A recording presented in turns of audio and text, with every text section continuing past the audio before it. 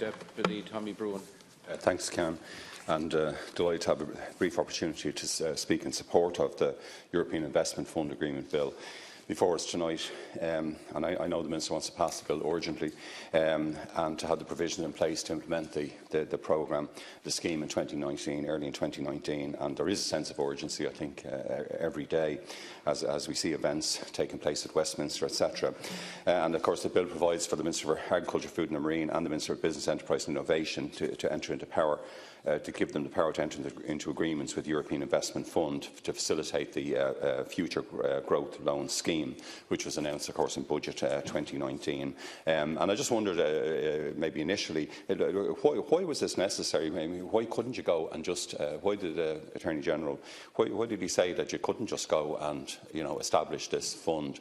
Because when, as you know, I think Mr. Andrew McDowell visited one of the finance committees, maybe the budget committee, he was constantly urging us, I think, to try and draw down more money from the European Investment Bank, of which he is our director, for infrastructural projects and for small business and indeed all kinds of types of business in Ireland. So, yeah, you might just comment on that, Minister.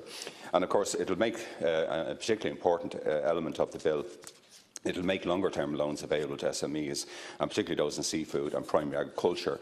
And because the large portion of the agriculture sector expected, hopefully, to avail of the loans, the Department of Agriculture, of course, will front 40% of the fund, and your department, I think, Department of Business Enterprise, will resource the remaining 60%, both contributing to 62 million over the 5 years. So I welcome your assertion, of course, that the counter-guarantee with the EIF offers 64% of the risk cover, which is an improvement on the usual 40%. And of course, the bill does fit in. I mentioned Mr. McDowell and what he's doing on the European Investment Bank, but does fit in with the wider Juncker plan, whereby, of course, 315 billion was to be raised for investment in Europe by the end of this year. And you might tell us, how is that progressing? And the European Investment Fund, of course, previously committed 20 million of venture capital to Ireland alone. I definitely want to agree with the two previous speakers, Deputy Keller and Quinlivan, in relation to the banking sector, that the performance, in fact, just hasn't been good enough, really, in support of not just households, but small businesses as well. And again, you'd have to wonder, of course, even while you're putting your best foot forward, Minister, here with the 12 million and per annum, and with the possible leveraging of 300 million, whether or not, in fact, this will be enough. Yesterday, of course, there was major concern expressed by the Fiscal Advisory Council when Professor Seamus Coffey and his team, when they made a presentation to the Budgetary Oversight Committee regarding the really serious risks now that seem to be increasing daily from Brexit. IFAC's fiscal assessment report on the budget, of course, stated that there is a reasonable probability that the transition agreement and final relationship assumed will not materialise. And IFAC, of course, referred to the critical estimates of the medium-term impacts on Irish output from Brexit. And here we're talking about small SMEs that, for example, are exporting.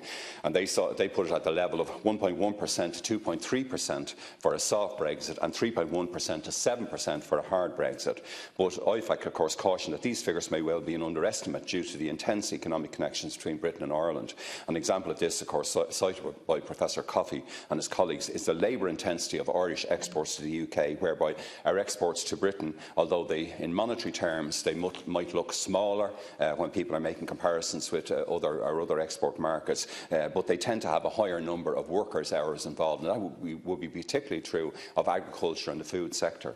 So I think, Minister, Brexit still has the potential to administer a very severe shock to the Irish economy, which might last for up to a decade, and hence the importance and the urgency of today's bill. Indeed, we also saw recently, the Governor of the Bank of England, Mr. Mark Carney, delivering, and people say, oh, he was wrong in the past, but he was delivering possible statistics, affecting a cliff-edge Brexit, which will be pretty terrifying for our country because it would seriously damage our exports with changes to the value of sterling and so on. So we have to hope that our fellow parliamentarians in Westminster will somehow turn this bus away from the cliff that they're heading for and don't bring us with them.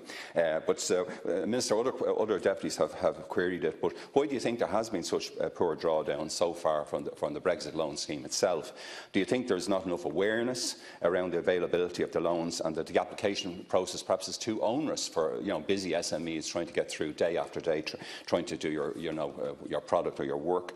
I note in your previous speeches, I think you referenced, or your colleagues, I think was Deputy Heather Humphreys, she spoke about the responsibility of the businesses themselves to know about what loans and finance schemes are available to them. But I think our experience of deputies would be very often with community bodies and small SMEs and so on, they don't really have the resources to be spending their time searching for Brexit loan packages or whatever.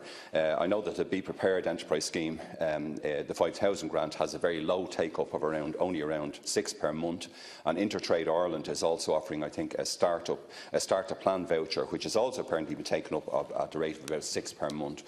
So these are disappointing returns, Minister, and it might point to the fact that yourself and your colleague need to really get the roadshow going and get out there and try and convince people to come forward and to look for supports. The Brexit loan scheme, of course, 300 million, which opened last month, has, as my colleague was saying, only 3%, I think, sanctioning, with a value of around 8.5 million for 38 loans. So these are all disappointing statistics.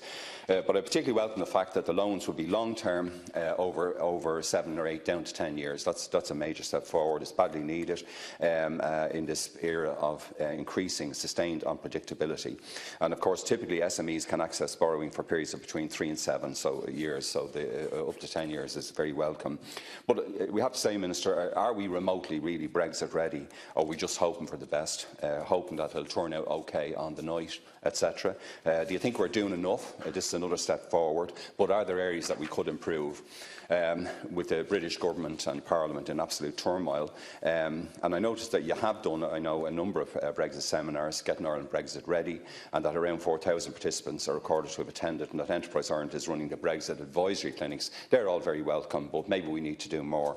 And how accurate and reliable now is the information given out at the clinics when we're not too sure what on earth we're heading into? Hopefully things won't change, but even the level of unpredictability is really bad for small business. Minister, I've always been, probably like yourself, a very strong supporter of small Irish business, and I've always throughout my career, I suppose, supported startups in particular, to encourage dynamic people to enter, to leave unemployment. In fact, in very high unemployment areas of our city, it's been very important to be able to set up small business centres to encourage people with innovatory and with entrepreneurial skills to actually get out there and start on the road to market their skill and then eventually to employ other people. We can't, as my colleagues have said, underestimate the importance of SMEs and indigenous companies, and as we know, there are about 250,000 small businesses across the state, comprising 98% of all businesses, and they contribute over 66 billion to our economy. In fact, they cover, you might say, the whole budgetary expenditure of our country. So eligible business, of course, for this scheme includes, I know, micro, small or medium-sized enterprise which employ 250 persons or less, with a maximum annual turnover of 50 million or annual balance sheet not exceeding 45 million. And I know it's the small mid-caps that employ 500 people or less are also eligible. I think the bill it's very brief and to the point. I noticed the review, 4 years from commencement, and it's not set out in the bill, I think, but the explanatory memorandum says there are no costs arising from the legislation, but the cost of the exchequer, of course, will be the 62 million. Welcome news, of course, recently as well, Minister, was the doubling of the European Angels Fund Ireland, the Business Angels Fund, by 20 million to 40 million. And the first 20 million of the fund for SMEs was, I know, invested in 20 companies, and up to 100 companies are hoped to be supported over the coming decade. So that's another brilliant innovation. And last year there were 43 investments, I think, worth over 12 million for Irish startups through the Halo Business Angel Network. And Enterprise Ireland has said that there has been a great take-up of the initial 20 million available, and welcomed this additional package also. So these are positive steps, but no doubt the challenge we're facing, probably the greatest challenge in our country's history, and we're going to be celebrating celebrating after Christmas 100 years of Dáil, Éireann, but probably is the biggest challenge we've had to face, maybe besides the Second World War, throughout our independence history.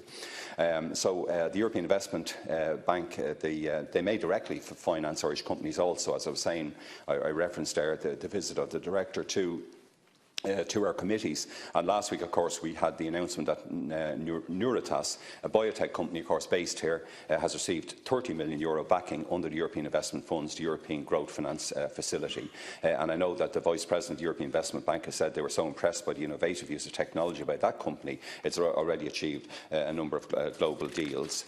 So I want to, again, warmly welcome and support the European Investment Fund Agreement Bill as another small step, Minister, to help Irish business address the ferocious challenge of Brexit, and hopefully we won't be facing this House after 2020, hopefully not before that, but even after that, faced with the dilemma we had 10 years ago of introducing emergency legislation if the worst Brexit scenarios, as feared by our Fiscal Advisory Council and other commentators, if that remotely came to place.